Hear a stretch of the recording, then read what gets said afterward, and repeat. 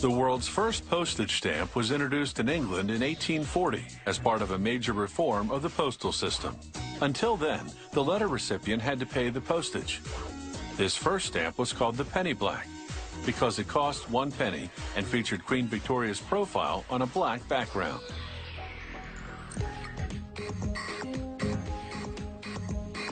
Today's postage stamps feature all types of illustrations. A graphic artist produces a design concept, working the computer cursor like a paintbrush on canvas. The concept goes to the Postal Service's Design Authority for approval. Once approved, the design goes to the printing company.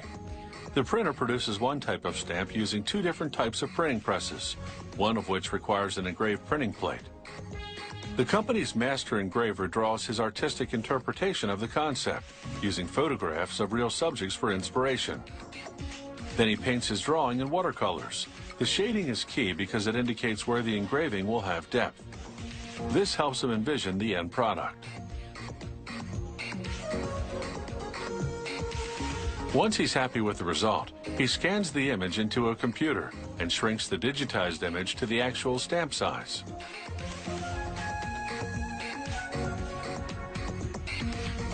Then he lays a sheet of clear acetate over the reduction. With a tool called a point, he etches the main elements into the sheet. This etching process is known as scribing.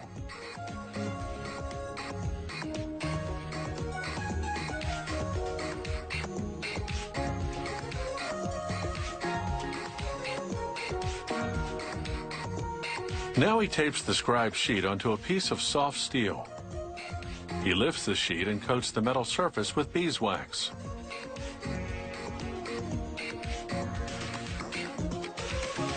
Then he lays the sheet down again, and rubbing with the burnishing tool, transfers the scribed image to the wax coating.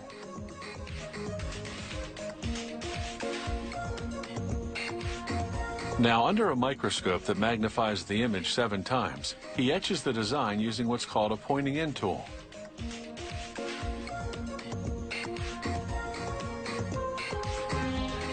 Then he sharpens another tool called a lozenge graver. With that, he deepens the etched lines of the design's focal point. This adds depth, which will make the deer appear almost 3-dimensional on the finished stamp.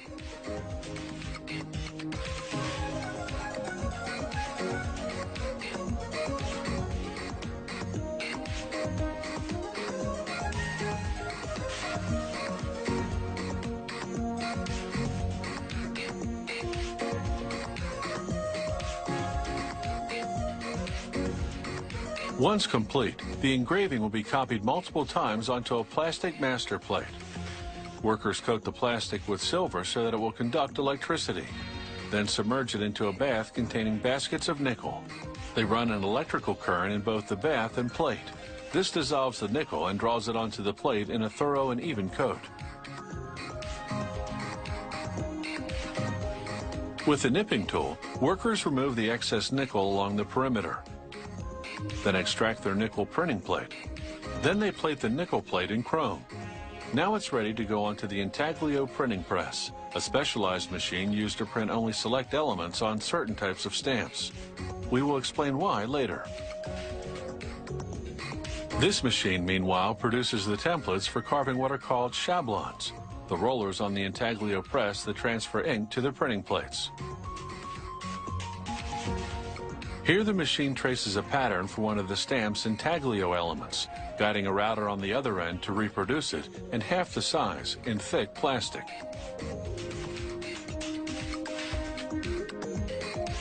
At another machine, meanwhile, a worker makes the shablons.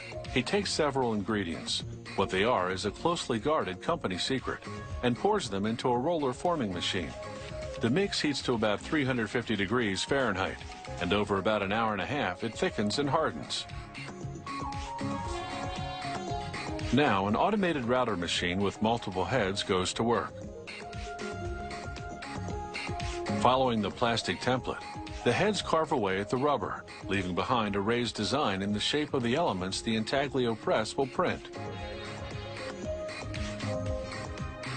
It's this raised area that transfers the ink to the printing plate. Why do they print some parts of a stamp using one type of press and other parts of it using another type? Simple. Offset printing presses are widely available. So if the entire stamp will be printed using that technology, counterfeiters would have it easy. Intaglio printing presses, on the other hand, are harder to come by, making fake stamps harder to produce. The sheets first run through the offset press. It prints one color at a time, inking a separate printing plate for each color. The plate is wrapped around the cylinder. As it revolves, the plate transfers or offsets the ink image to a rubber cylinder rotating against it. As that cylinder turns, it transfers the image to the paper passing underneath. A Postal Service official inspects the press output. Using a magnifying glass, she scrutinizes the color and print quality, circling any problem areas for the press operator to investigate and correct. Now the offset printed sheets move on to the intaglio press.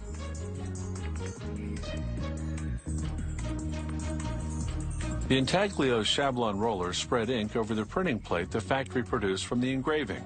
The ink fills the recessed lines of the image. The press runs the plate against the paper sheets, transferring the image. Intaglio printing leaves the ink slightly raised above the surface of the paper. This gives the image height, a third dimension.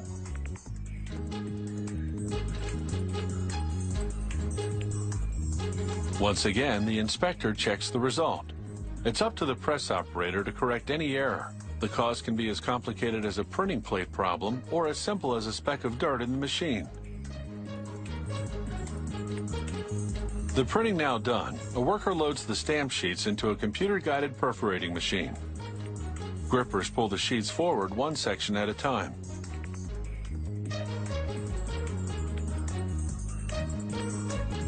Down comes a die with rows of steel pins, each just a fraction of an inch in diameter. They punch through the sheet, framing each stamp with tiny holes spaced less than a 1/16 of an inch apart. The machine knows just where to punch these perforations by reading the line of fluorescent ink that runs along the borders of each stamp. This ink, called tagging, is visible only under ultraviolet light. Tagging also plays a role later on. The automated machines that process mail at the sorting plants are programmed to scan for tagging. They reject all envelopes without it. Those letters are either missing a stamp or bear counterfeit postage.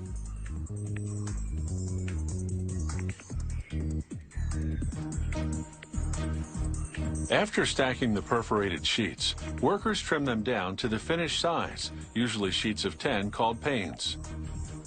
The trimming machine is appropriately called the guillotine, but unlike the head chopping version, this one slices with the sideways shearing action. That puts less wear on the blade.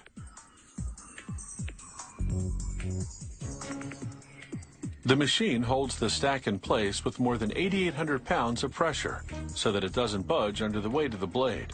The blade rings in at almost 71 pounds.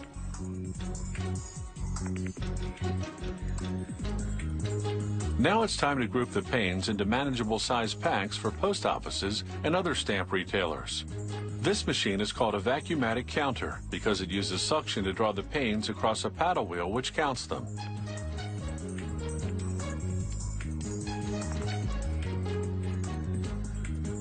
This stack adds up to 503 panes, so the worker removes 3 to make an even 500.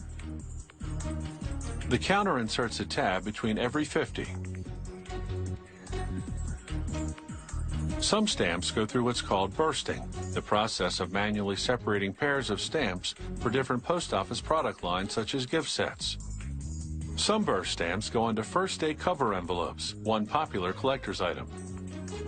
An automated pad picks up the stamps and runs them against a wet roller that activates the adhesive on the back. After a worker positions an envelope against a guide bar, the pad places the stamps in a precise spot and applies even pressure over them so that they'll lay flat and adhere securely. Many stamps are still the old lick and stick type, printed on paper that's coated with a moisture-activated adhesive on the back side. However, the most commonly issued stamps, known as definitives, are printed on what's called pressure-sensitive paper. That's a technical term for peel and stick. No water or saliva required.